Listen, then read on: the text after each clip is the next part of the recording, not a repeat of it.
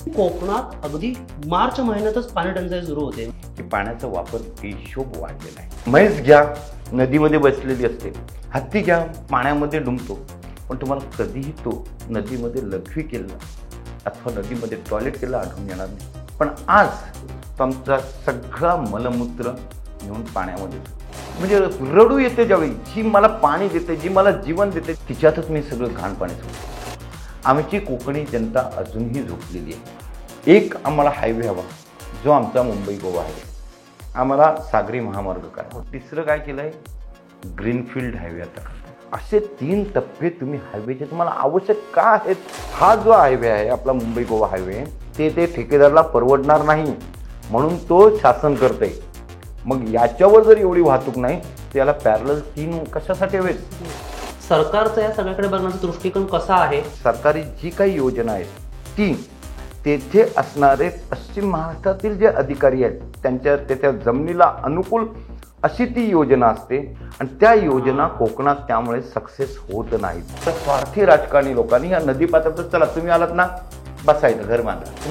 या जल आणि वन समृद्ध करून आपण आपला भाग कृषी आणि पर्यटन समृद्ध इझिली करू शकतो. तोच बेसिक मुद्दा आम्ही बाजूला करतोय. तर आम्ही पुढे आमच्या गावचा काय विकास करणार आणि हे राजकारणी काय विकास करणार? नमस्कार, मी प्रदीप शिवगण. बॅक टू बेसिकमध्ये तुमचं पुन्हा एकदा स्वागत आहे. खरं तर सध्या जगामध्ये पाणी हा एक मोठा आणि गंभीर प्रश्न झालेला आहे. महाराष्ट्राचं उदाहरण घ्या. महाराष्ट्राच्या खेड्यापाड्यात, अनेक शहरांमध्ये, निमशहरांमध्ये पाणी याच प्रश्नावर अख्खं वर्ष जातं लोकांचं. इतके त्रासलेले लोक आहेत, झगडतायत लोक. पण या पाण्यासाठी आपण काय करतोय? आपण अधिकतर शिव्या घालतो, प्रशासनाला शिव्या घालतो, भांडतो. आता सोशल मीडिया आलाय, त्याच्यावर आग ओकू शकतो. पण अशी बरीच माणसं आहेत जी आपल्यासाठी, आपल्याला पाणी मिळण्यासाठी झगडतायत, समाजासाठी काम करतायत. अशीच एक व्यक्ती आज आपल्याबरोबर आहे, ज्यांनी पाण्यासाठी खूप काम केले. महाराष्ट्र शासनाचे अनेक पुरस्कार त्यांना मिळालेले आहेत. अख्खा महाराष्ट्र त्यांना जलदूत म्हणून ओळखतो. असे आपल्या चिपळूणचे शाहनवाज शहा.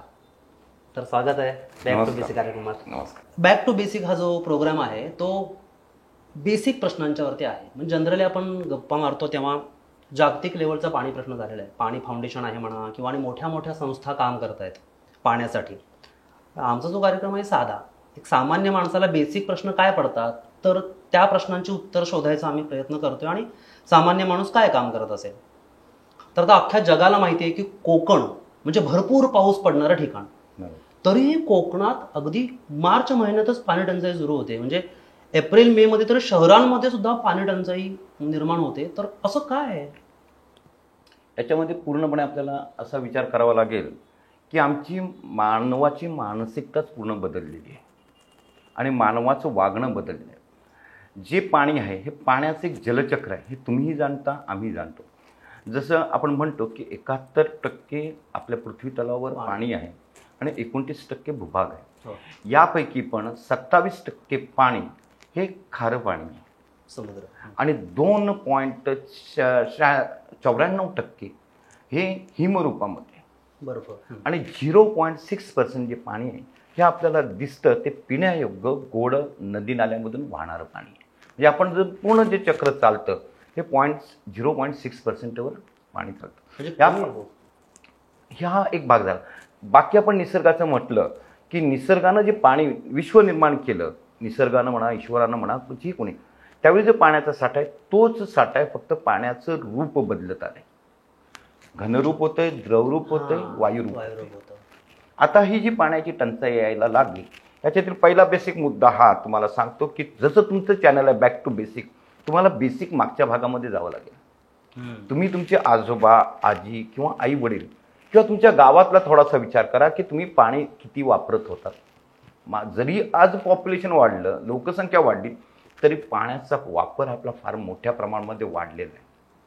याच्यातील तुम्ही थोडंसं विचारलं, तुम्ही वय मला माहीत नाही, पण तुम्ही तुमच्या आजोबांना किंवा वडिलांना विचारलं तर ते काय सांगतील? आमचं एकत्र कुटुंब होतं, आम्ही घरात राहत होतो. बाबा वडील सांगतील माझी बायको, रमेशची बायको आणि सुरेशची बायको, या 3 जणी माझ्या गावातल्या अमुक विहिरीवरनं हांड्यान पाणी आणतात. ते सुद्धा कसं आणायचे, 3 हंड्या आणायचे प्रत्येक लेडीज, बरोबर. एक डोक्यावर 2 काके.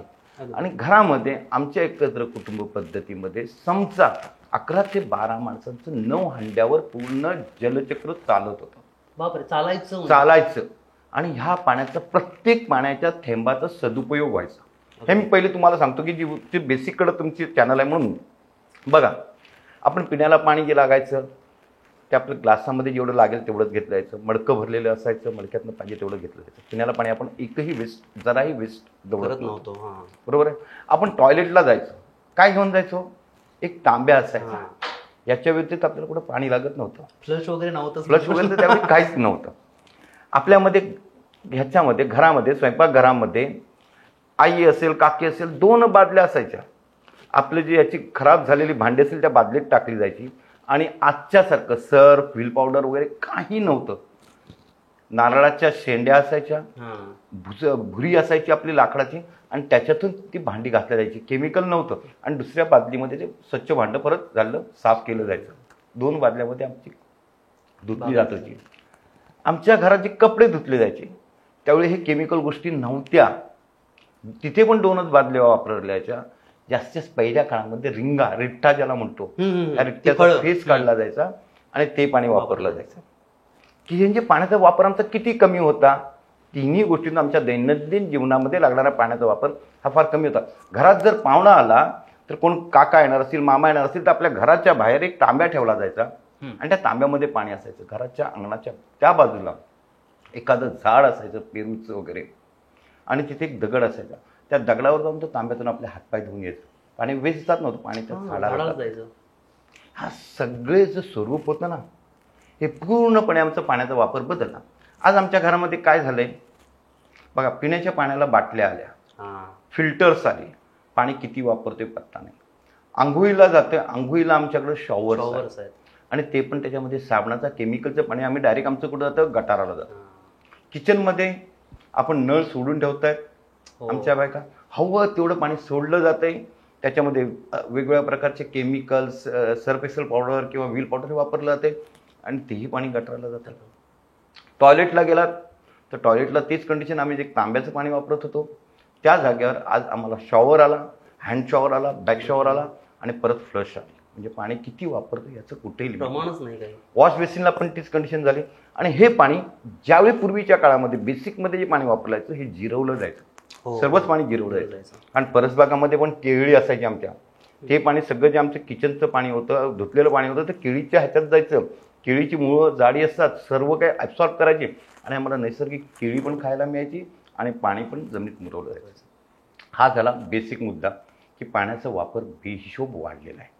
हा कुठेतरी थांबला पाहिजे. मूळ मुद्दा कुठला आहे? अवाढव्य पाणी माणसाला चुकीच्या प्रकारे वाया घालतो. म्हणजे जे आहे ते पण केमिकल मिक्स करून आपण संपवतो. आता ह्या पाण्याचे 2 मुद्दे येतात. इथे आपण बघितलं की पाणी आपण ज्याच्यामध्ये भूजल साठा वाढवण्याचं एक प्रकारे थोडं पाणी होतं, ते पण भूजल साठा वाढवण्यासाठी वापरलं जायचं. ते आम्ही पूर्ण बंद केलं. आमच्या प्रेक्षकांना भूजल साठा म्हणजे थोडं सांगा. भूजल साठा म्हणजे असा येतो की आपल्या ह्याच्यामध्ये पृथ्वी तलावरती वेगवेगळे थर आहेत. मातीचे वेगवेगळे थर आहेत. म्हणजे जसं आपण त्याला पहिले नरम माती म्हणतो, आपण रत्नागिरीत असलो तर लॅटरेट सॉफ्ट सॉइल असते, मग लॅटरेट हार्ड रॉक येतो, आणि मग खालच्या बाजूला हार्ड रॉक येत जातो. तसंच या बाजूला सॉफ्ट सॉइल येईल, सॉफ्ट मुरुम येईल, त्याच्यानंतर मग हार्ड मुरुम येईल, आणि त्याच्यानंतर सॉफ्ट रॉक येईल, मग हार्ड रॉक येईल, आणि काही फूट खाली गेल्यानंतर परत आपल्याला माती टाईप वस्तू मिळतात. आणि ह्या सगळ्या थरातून पाणी हे खाली गेलेलं असतं. आज जी आमची पद्धत झाली आहे की आम्ही काय करतोय, आज आम्हाला जी पाण्याची आवश्यकता झाली, तर पूर्वीच्या काळामध्ये हे जे पाणी वापरलं जायचं ते विहिरीचं होतं. त्याच्या पूर्वीच्या थोडंसं काळामध्ये पाहाल, विहिरी यायला पण थोडा कालावधी गेला होता. आपल्याकडं नैसर्गिक झरे होते, आणि त्याला एक डुऱ्या म्हटलं जायचं की ज्याच्यामध्ये विहिरी सुद्धा फार नंतर आल्या. फक्त झऱ्याचं पाणी होतं. झऱ्यानंतर एक ठिकाणी असं थोडासा खड्डा व्हायचा, आणि त्या ठिकाणी डुऱ्या बांधला जायचा. त्याला डुऱ्या म्हटलं जायचं. गुरं पण पाणी प्यायची, बायका पण हंड्यातनं पाणी भरायचे, आणि ते पाणी आम्ही आणत होतो. आता हे पाणी जे होतं आमचं झऱ्याचं, डुऱ्याचं, विहिरींचं, याच्या पुढे आणखी आम्ही एक स्टेप गेलो, आणि आमच्याकडे पद्धत झाली बोरिंगची. ह्या बोरिंगमध्ये असं झालं की आम्ही पहिले 100 फुटावर गेलो, 200 फुटावर गेलो, 300 फुटावर गेलो. आता हे जे पाणी मी जसं म्हटले 3 थर आहेत, हे पाणी भूजल साठ्यामध्ये जातं, जमिनीत जातं आणि ते आपण बोरिंगद्वारे वर काढतो. आणि हा पाण्याचा वापर आता घरात जसे नळ आहेत त्या पद्धतीने हा बोरिंगचा पाण्याचा वापर मोठ्या प्रमाणात वाढला. पण आता तुम्हाला या मुद्द्याकडे येतो की ह्या जमिनीत पाणी कसं जातं. आपण काय केलं, एक जो प्रामुख्यानं आपल्याला जर माणसाच्या जीवनामध्ये काम जे काय कामी आहे किंवा ज्याला आपण जल म्हणतो किंवा नदी म्हणतो, आता नदीला तर आपण माता मानतो, जननी मानतो, तिचं महत्त्व तर आम्ही विसरलोय. आणि नदीचा जो आत्मा आहे हा आहे वन. जर वन नसेल तर जल नसेल. जल हवंय तर आपल्याला वन राखायला पाहिजे, त्याशिवाय नदी कुठेही जिवंत राहू शकत नाही. मग वनाचं काय एवढं महत्त्व आहे, वनाला का तिला आत्मा म्हटला गेला आहे, हे लोकांना पटवून देण्याची गरज आहे. आजच्या काळामध्ये काय आलंय, तुम्ही सर्वप्रथम हे पाहत असताना झाड काय कार्य करतं, एखादं वृक्ष काय कार्य करतं हे आपल्याला समजून घेणं गरजेचं आहे. झाड जेव्हा आपण लावतो त्याच्यानंतर ते जसं जसं मोठं होतं आपण काय म्हणतो ते पाणी घेते, पण सर्वोपयोगी ते काम करत असतं. झाडाचं कार्य सर्वप्रथम काय करतं, एक पाईपलाईनचं काम करतं. म्हणजे माझं बोट आहे आणि या बोटावर मी पाणी टाकलं, ते पाणी असं उतरून खाली जाणार आहे. झाडाची मुळं वरचं पाणी हे जमिनीत नेण्याचं काम करतात. पहिला भाग. ही मुळं काय करतात, आता ज्याला आपण म्हणतो आपल्या वैदिक शास्त्रामध्ये पिंपळ असेल, वड असेल किंवा उंबर असेल, ह्याला फार महत्त्व दिलं गेलं. ह्या झाडांना महत्त्व देण्याचं कारण काय की ही झाडं ज्या इतक्या उंचीला वर असतात त्याच्या दुप्पट उंचीला ते जमिनीमध्ये जातात.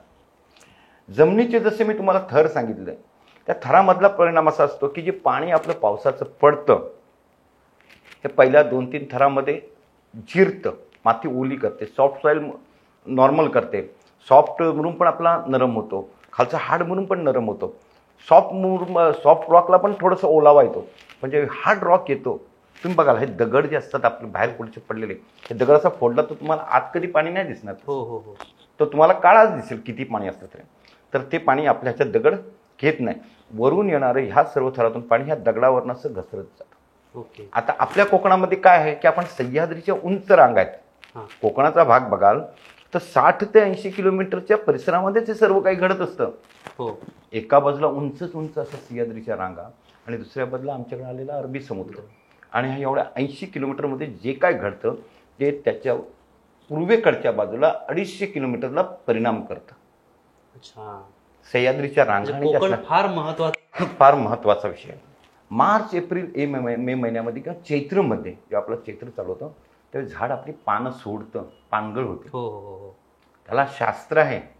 तो विचार करतो की पुढचे 2 महिने पाण्याचा दुष्काळ होणार आहे, पाण्याचं प्रमाण कमी होणार आहे आणि त्याला अन्न तयार करायला जी पानाला पाणी पुरवायचं असतं हे कमी होणार आहे, हे त्याच्या मेंदूनं विचार केला असतो आणि ते पानगळ करतं. तेही समजून घेत आणि पाण्याचा कमी वापर करत नाही आणि माणूस करत नाही. उंबर वगैरे सारखी जी झाडं आहेत ते आपल्याला जे आवश्यक पाणी आहे वर्षभराला त्याचा साठा करण्यापूर्वी, कारण ती मुळं आहेत हे सगळे जे लेयर्स आहेत, थर आहेत जमिनीच्या त्यातले भूगर्भातील, हे पार करतात आणि हार्ड रॉकपर्यंत जातात, ज्याला आपण कडक दगड म्हणतो. आणि कडक दगडामध्ये सुद्धा नॅचरल क्रॅक्स म्हणजे नैसर्गिक तडे असतात बारीक, आणि हे तडे ती मुळं शोधून काढतात आणि त्या तड्यामधून ते हार्ड रॉकमधनं परत खाली जातात. म्हणजे जे आम्ही आज 100, 150, 200 फुटावर पाणी नेतो, पाणी काढतोय, ते पाणी नेण्याचं काम ह्या माझ्या झाडांनी कुठेतरी केलेलं असतं.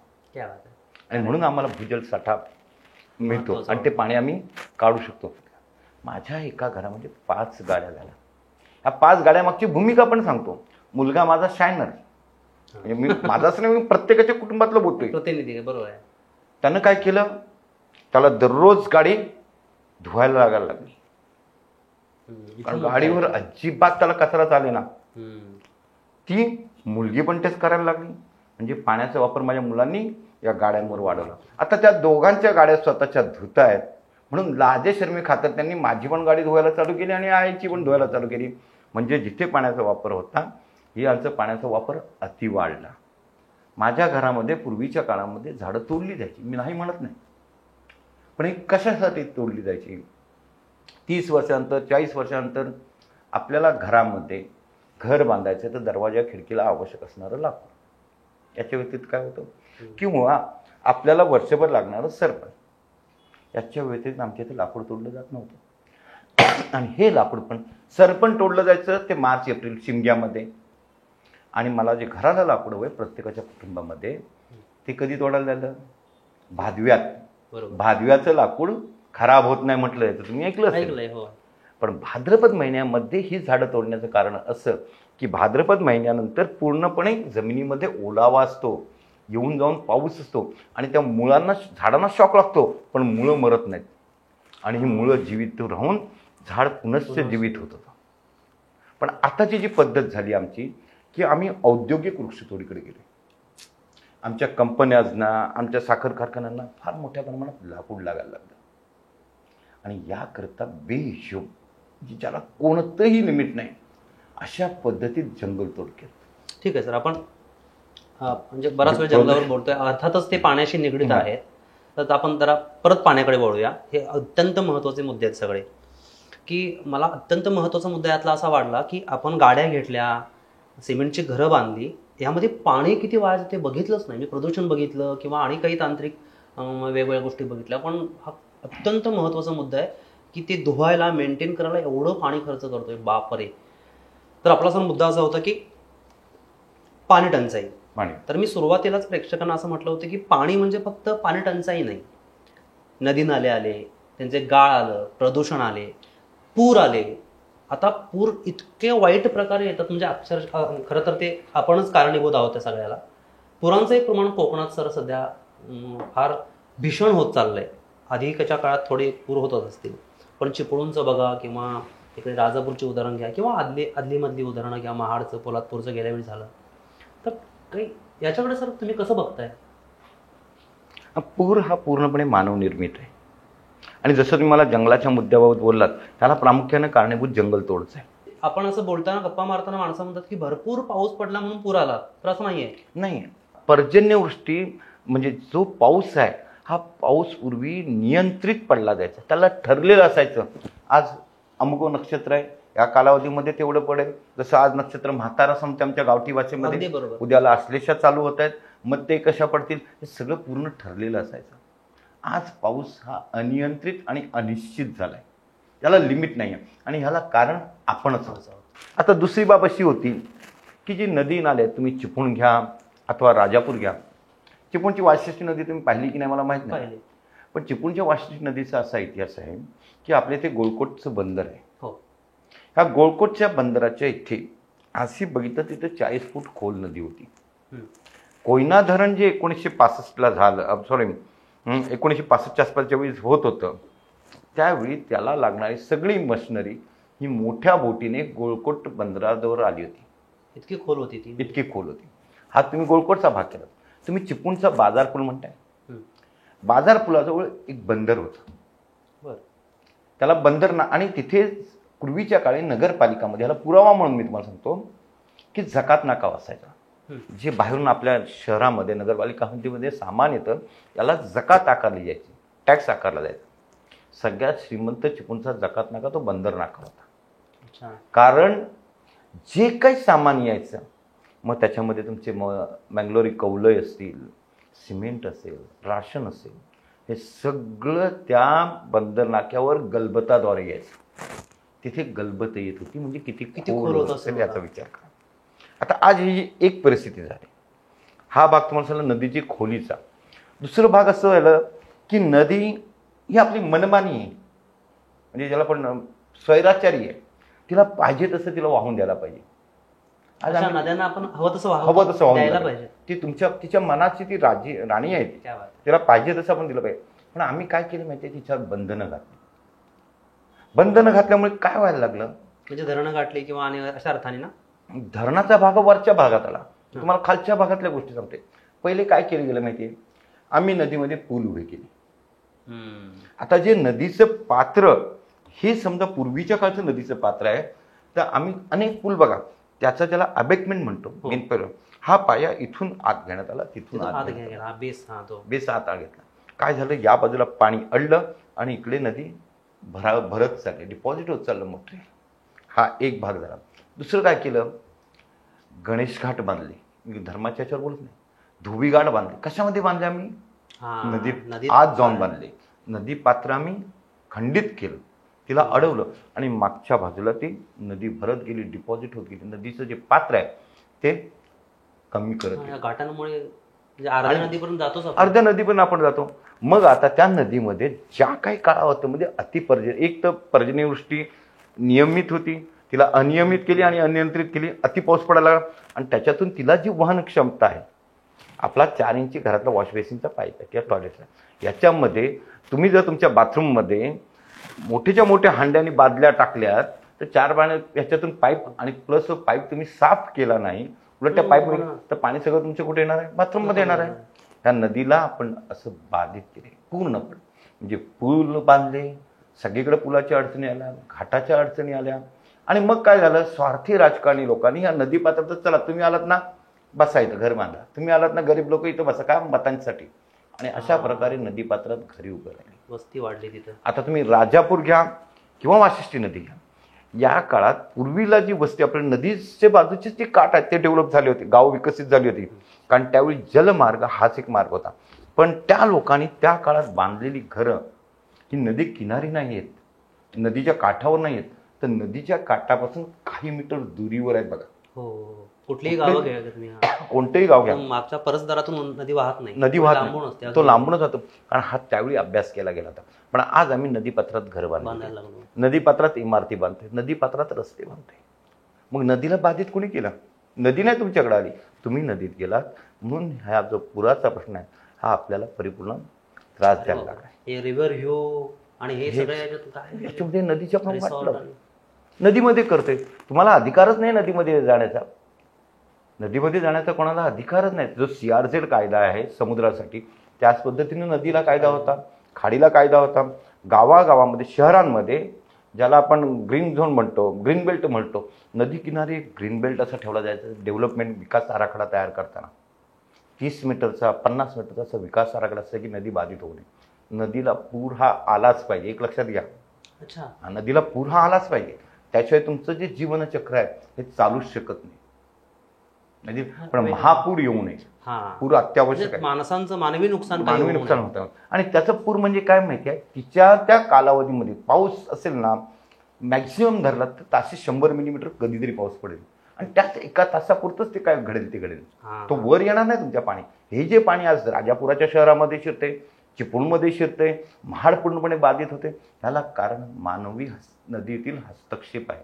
या व्यतिरिक्त काही नाही. नदीनं आपली दिशा बदललेली नाही. काही चिपळूणचा प्रश्न असं सांगतो की आणखी एक याच्यामध्ये वाढ केलं नाही. हे नदीचं वाटोळं तर लावलं आम्ही राजकारणी लोकांनी. आम्ही कोयना आणि कोळकेवाडी धरण बांधलं आणि या कोळकेवाडी धरणामध्ये कोयना धरणातून 2 टप्प्यातून इलेक्ट्रिसिटी जी जनरेट होते, त्या इलेक्ट्रिसिटीचं पाणी कोळकेवाडीमध्ये येतं आणि कोळकेवाडी धरणातनं हे पाणी जनरेट करून 4 जनरेटर आहेत आणि 4 टर्बाईन्स आहेत. हे 4 टर्बाईन्स 80 घनमीटर प्रति सेकंद या हिशोबानं पाणी वाशिष्ठी नदीमध्ये सोडतात.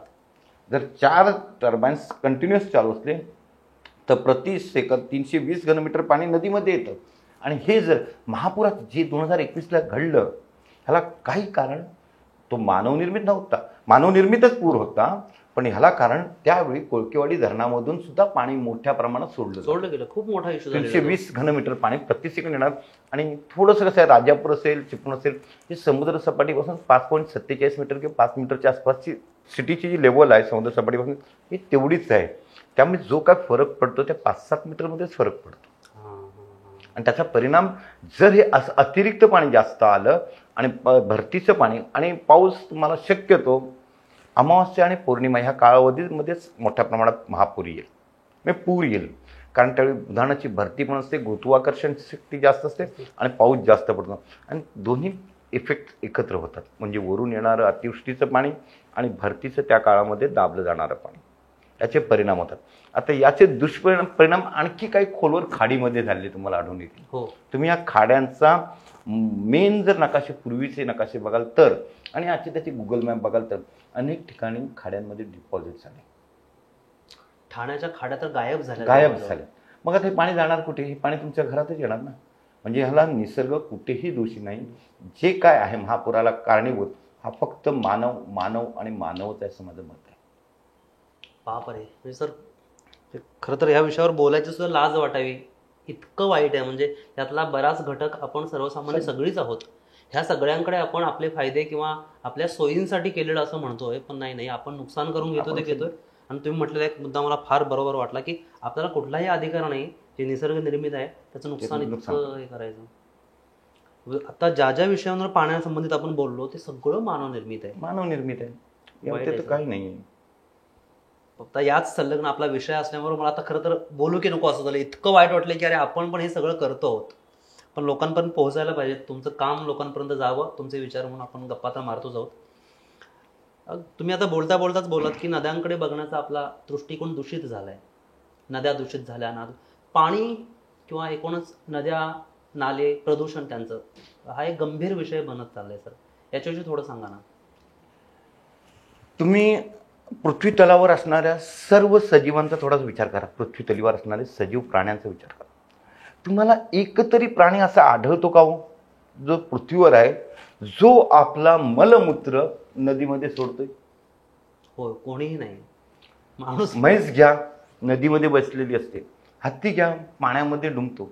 पण तुम्हाला कधीही तो नदीमध्ये लघवी केला अथवा नदीमध्ये टॉयलेट केलं आढळून येणार नाही.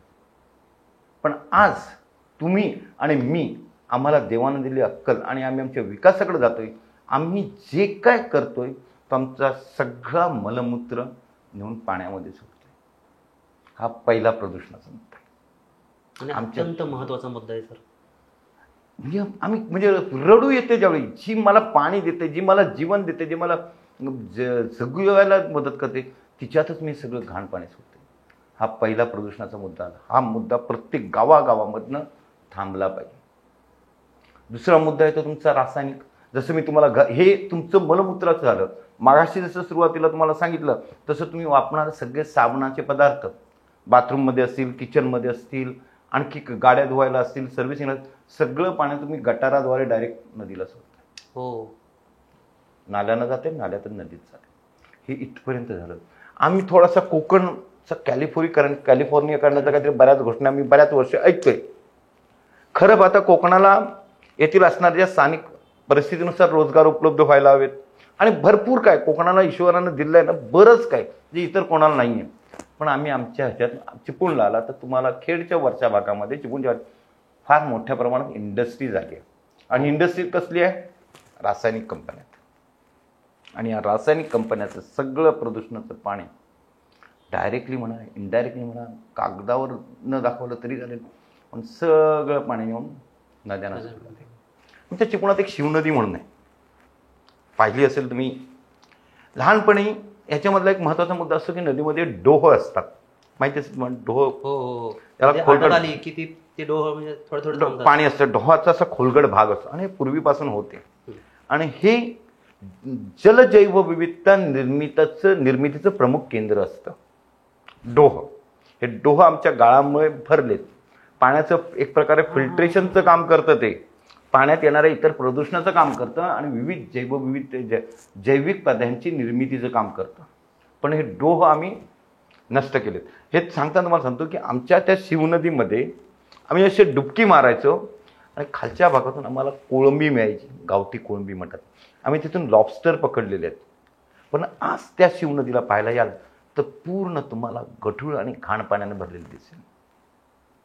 आमच्या चिपळूणमध्ये क्वचित मगरी होत्या. आज महाड घ्या, चिपळूण घ्या, ह्या वरच्या भागामध्ये मोठ्या प्रमाणात मगरींचं प्रमाण वाढलं. कारण काय? तिथे मासे वाढलेत, जैवविविधता वाढली नाही. ही जैवविविधता नष्ट झाली आहे. डोहाचं जे कार्य होतं, डोह काय करतं माहिती? पाणी साठतं. पाणी साठल्यानंतर त्याच्यामध्ये फंगल्स तयार होतात, एक प्रकारची बुरशी तयार होते.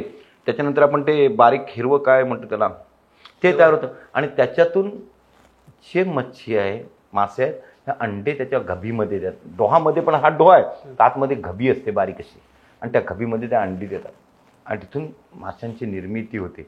त्या मासे खायला दुसरे मासे येतात, त्याच्यांना खायला पक्षी येतात आणि वेगवेगळं जलचक्र आहे ना ते त्याच्यावर, म्हणजे जलजैविक चक्र त्याच्यावर चालत असतात. आणि त्याच कालावधीमध्ये तिथे असणारे आता काही प्राणी असे आहेत, जलप्राणी, ह्याचे जे केमिकल्स काही गोष्टी आहेत त्या शोषून घेतात पण हे सगळं नष्ट होत चाललंय पूर्णपणे.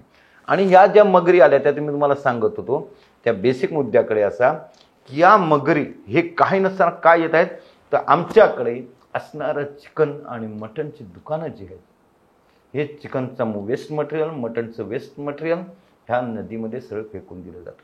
आणि हे प्रत्येक तालुक्याची म्हणजे प्रत्येक तालुक्याची अडचण आहे.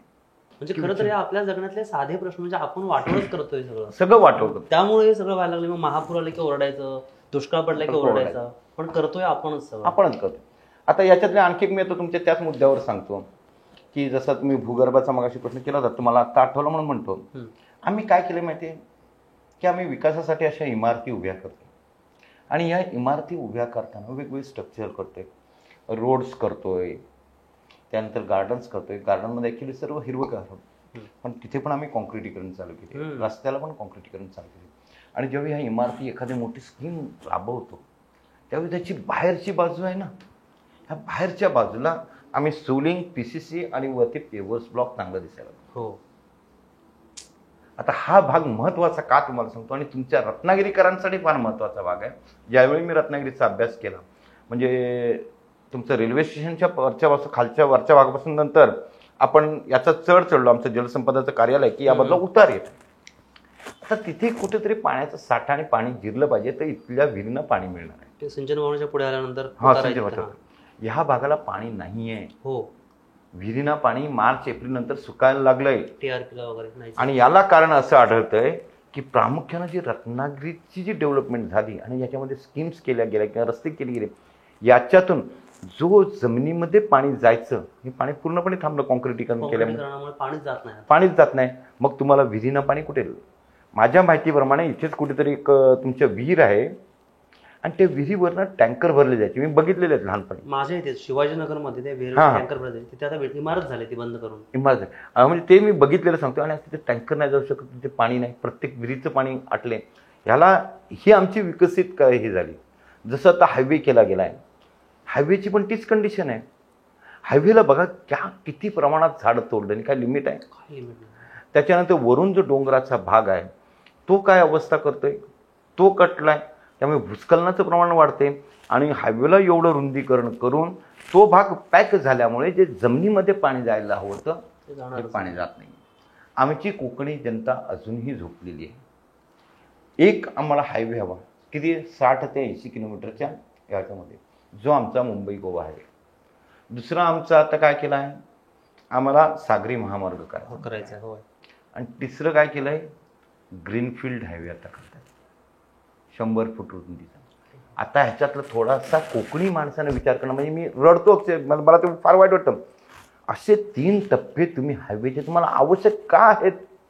हा जो हायवे आहे आपला मुंबई गोवा हायवे हा हायवे बांधा वापरा आणि हस्तांतरित करा या तत्वावर केला जाणार होता. पण ज्यावेळी त्याचा सर्वे केला गेला त्यावेळी की वाहतूक नाही ते ठेकेदाराला परवडणार नाही म्हणून तो शासन करतंय. मग याच्यावर जर एवढी वाहतूक नाही तर याला पॅरलल 3 कशासाठी हवेत. आणि याच्या बाजूची सलगची सगळी झाडं तोडली जाणारी आहेत. हे संपूर्ण कॉन्क्रिटीकरण केलं जाणार आहे आणि भूगर्भात जाणारं पाणी थांबवलं जाणार आहे. आता याच्यातलं तुम्हीच सांगा आम्हाला की हा विकास आहे की विनाश आहे. हे आम्ही आमच्या विकासाच्या नावाखाली पूर्णपणे विनाशाकडे चाललेलो आहोत. हे इतकं असून आज जी ह्याला हायवेच्या लगत आत्ताच्या हायवेच्या लगत तुम्ही वाचले की नाही मला माहीत पण हायवे लगत ह्यांनी कायद्यानुसार इंडियन रोड काँग्रेसचा एक नियम आहे त्याच्यानुसार दोन्ही बाजूला 10-10 फुटावर पहिला रो दुसरा 10 फुटावरचा रो 20-20 फुटावर आणि तिसरा जो रो आहे तो 30-30 फुटावर अशा 3 रो मध्ये झाडं लावायची आहेत. कुठे लावलेली बरोबर त्याच्या विरुद्धात आपण उपोषण केलं. हे मी तुम्हाला ह्याच्यासाठी सांगणार पण याचं कारण काय होतं जे ठरवून दिलंय की भूगर्भामध्ये ते पाणी घेऊन द्या. पण हे आम्ही करत नाही आहोत. म्हणजे आम्ही विकासाकडे आहोत की विनाशाकडे आहोत. विकास नाही आहे. आमची प्रत्येक थिंकिंग प्रत्येक विचार हा सगळा जी डेव्हलपमेंट आहे ही सगळी विनाशाकडे चाललेली आहे. कुठलाही विषय घेतला तर आपल्यावरून ठेपतं आणि आत्मपरीक्षणाला भाग पडतं आपल्याला की आपण आत्मपरीक्षण करायची गरज आता आलेली आहे. हीच वेळ आहे तर अजून काही दिवसांनी वेळ निघून गेली की आपण काही करू शकणार नाही. तर प्रदूषण हा इतक्या साध्या गोष्टींपासून सुरुवात होते आपल्याला माहित नाही. तुम्ही म्हटलात म्हणून मुद्दाम मी खाडी किनारी जी गावं आहेत त्यांचं मलमूत्र डायरेक्ट खाडीत सोडलं जातं. म्हणजे आणि हे मलमूत्र म्हणतोय म्हणून हे इकडे केमिकल काय काय आपण वापरतो धुवायला आणि सगळं ते एक प्रकारचं मलमूत्र प्रदूषित करतोय, प्रचंड हानी म्हणते. सर बोललोय खूप बोललोय आपण की इतकं आपण आता केलंय, पण आता अशी वेळ आली की थोडं काहीतरी प्रयत्न करूया आणि सगळ्या जुन्या पद्धती अवलंबूया. एक सामान्य कोकणी माणूस किंवा कुठले जो आमचा व्हिडिओ बघत असेल कुठल्याही देशातला भारतातला म्हणून, त्याला वाटलं की आजपासून माझ्या आयुष्यात मी थोडं तरी योगदान देऊ शकतो या पाणी प्रश्नासाठी, तर असं मी नेहमीच्या वावरात काय करावं, म्हणजे माझा थोडा तरी हातभार लागेल यासाठी. त्याला दोनच भाग आहेत. एक स्वतःचा पाण्याचा वापर कमी करावा आणि दुसरं एक झाड लावावं आणि ते जगवावं. म्हणजे पाण्यासाठी झाड लावणं अत्यंत अत्यंत आवश्यक आहे. याच्या व्यतिरिक्त काही होऊ शकणार नाही. आता आपण सामान्य लोक जगण्यातले लोक जीवनातले प्रश्न बघितले. तुम्ही प्रशासनाबरोबर काम करताय, सरकारशी निगडीत काही ज्या काही योजना आहेत पाण्यासंदर्भातल्या किंवा निसर्गासंदर्भातल्या त्यांच्या जोडून काम करताय. आता अंतिम टप्प्याकडे आपण येतोय, त्यातला एक शेवटून दुसरा असं म्हणून प्रश्न, तर सरकारचा या सगळ्याकडे बघण्याचा दृष्टिकोन कसा आहे आणि तो दृष्टिकोन खरंच योग्य आहे आणि तो अंमलात आणला जातोय, तुमचं काय वाटतं, मला काय वाटतं? सरकारचा दृष्टिकोन योग्य आहे, परिपूर्ण आहे असं म्हणता येत नाही. त्यामध्ये अनेक त्रुटी आढळतात आणि त्या आमच्यापर्यंत पोहोचत नाहीत. पहिली बाब आपल्या कोकणाला प्रश्न येतो की सरकारी जी काही योजना आहेत, मग ती बंधाऱ्याची असेल, शेतीची असेल, ती तेथे असणारे पश्चिम महाराष्ट्रातील जे अधिकारी आहेत यांनी निर्माण केलेली त्यांच्या भूमिकेतून त्याच्या जमिनीला अनुकूल अशी ती योजना असते आणि त्या टर्म्स कंडिशन्स या कोकणी याला लावल्या जातात आणि त्या योजना कोकणात त्यामुळे सक्सेस होत नाहीत. त्यामुळे शासनानं पहिली आपली मागणी असेल की येथील जे काही कृषी विद्यापीठ आहेत या जाग्यावर येथील स्थानिक लोकांना घेऊन स्थानिक परिस्थितीनुसार ती योजना राबविली गेली पाहिजे. साधारण बंधारा असेल, एक साधा बंधारा, तर बंधाऱ्याला किती मीटरवर पाणी थांबेल? घाटावर काय होतं माहिती आहे, पश्चिम महाराष्ट्रामध्ये तुम्ही 1.20 मीटरचा 4 फुटाचा बंधारा केलात ना, तर तुम्हाला जवळजवळ 300, 400, 500 मीटरपर्यंत पाणी सलग थांबू शकतं. पण कोकणात हे 1.20 मीटरला पाणी नाही थांबणार, ते तुमचं 5 फूट पण थांबणार नाही. त्याला बेस आहे ते पण नाही होणार. याच्याकरता शासनानं या योजना आपल्या स्थानिक परिस्थितीनुरूप निर्माण कराव्यात, त्याचं एस्टिमेट तसं तयार करावं. म्हणजे अशा योजना करताना इकडे येऊन स्थानिक लोकांना भेटवून तिथला निरीक्षण परीक्षण करून असं होत नाही. असं होत नाही. त्या टर्म्स कंडिशन ठरवून दिल्यात. कृषीच्या योजना येतील, बंधाऱ्याला तुम्हाला एवढे पैसे, तलावाला एवढे पैसे, याला एवढे पैसे, आणि ते तिकडच्याच नुसार आहेत, आपल्या कोकणनुसार नाही आहेत. हे कोकणनुसार ठरवल्या जाव्यात. आणि सगळ्यात महत्त्वाचं, शासन कमी पडतंय म्हणजे शासन फक्त कागदावर धोरणं देतं. आमच्या गावागावामध्ये जनजागृती महत्त्वाची. प्रत्येक माणसाला शासनानं जो काही पैसा त्या योजनावर खर्च करतो यापेक्षा जास्त पैसा घरोघर जनजागृतीसाठी करावा असं माझं स्पष्ट मत आहे. जोपर्यंत आपण माणसांना जागृत करत नाही तोपर्यंत काही होऊ शकत नाही. सर हा विषय निघाला म्हणून सांगतो सर की बॅक टू बेसिक आम्ही त्याचसाठी काम करतो की अशा योजना, अशी माणसं जी काम करतायत ती अधिकाधिक लोकांपर्यंत पोहोचावी. सोशल मीडिया हे घराघरात पोहोचला आहे, तर शासन त्याचा किती वापर करते माहिती नाही, पण आम्ही असा विचार करतोय की हा एपिसोड बघून 1% जरी माणसं या गोष्टींचा जरी विचार करायला लागली तरी आपल्याला असं वाटेल की थोडा तरी बदल होईल. आता मी जसं विचारलं की शासनाशी निगडीत, तर स्थानिक राजकारणी हे आपले लोकप्रतिनिधी असतात, आपण त्यांना पाठवून दिलेलं असतं. तर असं कधी होत नाही का आपण त्यांच्याकडे गेलोय आणि हा प्रश्न मांडलाय, तर मग ते काय करतात, दुष्काळग्रस्त असेल तर पाणी पाठवा, पूर आला असेल तर तिथे ती एक हे पाठवा, म्हणजे काय बचाव पथक. याच्या पलीकडे राजकारण्यांना इथल्या स्थानिक सुद्धा हे घटक कळत नसतील सर, किंवा तुम्ही त्यांच्यापर्यंत कसं पोहोचताय? यांच्याबरोबर आता मी स्थानिक आपलं कोणाचं असं नाव घेत नाही, कोणाला कमी जास्त लिखत नाही, पण त्यांचीच काही राजकारण्यांची भूमिका चुकीची वाटते. आणि प्रत्यक्ष मीडियानं पाहिले. माझ्या एका कार्यक्रमामध्ये चला जाणू या नदीला अभियानाचा एक आपला कार्यक्रम होता, याच्यामध्ये पाहिले. आता आपल्या येथील काही जे प्रतिनिधी आहेत, उदाहरणार्थ आमचा आमदार शेखर निकम असतील, यांच्या पुढे मांडल्यानंतर ते पोहोचवण्याचं आणि ते करण्याचं काम माझ्या मतांतरी त्याने आजपर्यंत योग्यरित्या करत आहेत. त्यांना यश किती मिळते हा प्रश्न नंतरचा आहे, पण त्यांनी तेथे मुद्दे, तिथपर्यंत त्यांच्या डोक्यात येणारे मुद्दे किंवा आमच्यासारख्या कोणा सामाजिक कार्यकर्त्यांच्या मुद्दे येणारे मुद्दे हे शेखर सर निश्चितपणे विधानसभेमध्ये प्रत्येक वेळी त्यांनी मांडलेले आहेत आणि मांडण्याचं हे केलं, प्रयत्न केला आहे. पण याच्यामध्ये शेवटी एक चक्र येतं.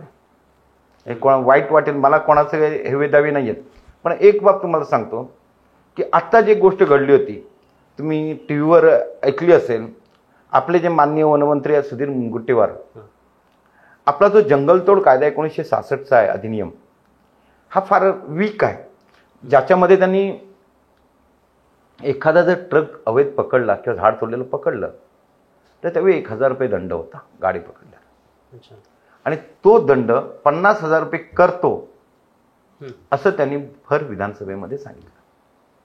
पण याच आपल्या रत्नागिरी जिल्ह्यामधून जे जंगल व्यापारी आहेत, जे मोठे व्यापारी आहेत, हे व्यापारी एका मंत्र्यांना भेटले.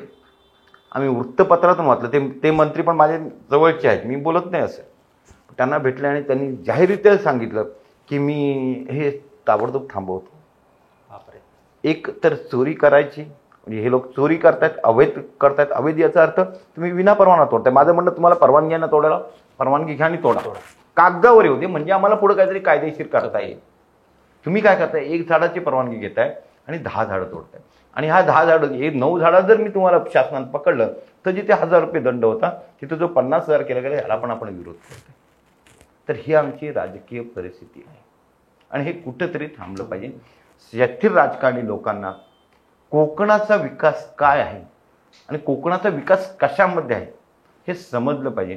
येथील लोकांना आपल्याला जसं म्हणतो ना, जसं जल वन आपण समृद्ध करू, त्या पद्धतीनं कोकणला रोजगार, कारण त्याच्याबरोबर कृषी पण प्रश्न येतो. जल वन येतं, वन येतं, त्यावेळी कृषी पण येतं आणि पर्यटन पण येतं. या जल आणि वन समृद्ध करून आपण आपला भाग कृषी आणि पर्यटन समृद्ध इझिली करू शकू आणि लोकांना इथे रोजगार उपलब्ध करू शकू. महत्त्वाचा मुद्दा आम्हाला जल आणि वन समृद्ध करणं गरजेचं आहे. तोच बेसिक मुद्दा आम्ही बाजूला करतोय, तर आम्ही पुढे आमच्या गावचा काय विकास करणार आणि हे राजकारणी काय विकास करणार? कारण आमची मानसिकताच नाही आहे ना विकास करून घ्यायची. आमची विकासाची व्याख्याच बदलली आहे, विनाशाकडे जातोय आम्ही. तर सर, खूप प्रश्न विचारायचे तुम्हाला होते, पण आता 2-4 प्रश्नांमध्येच कळले की इतकं नुकसान आपण करून बसलोय. एवढ्याच जर विषयावर, एवढ्याच गोष्टींवर जरी सामान्य माणसांनी लक्ष दिलं तरी आपण पूर्वीचे दिवस आणू शकतो. आमच्या कार्यक्रमाचंच नाव बॅक टू बेसिक आहे. खरं तर जगणंच बॅक टू बेसिकला आता व्हायला पाहिजेत. तर तुम्ही या कार्यक्रमात सर आम्हाला वेळ दिलात त्याबद्दल मनापासून आभार. तर मित्रहो, आता काय बोलणार याच्यावरती मी?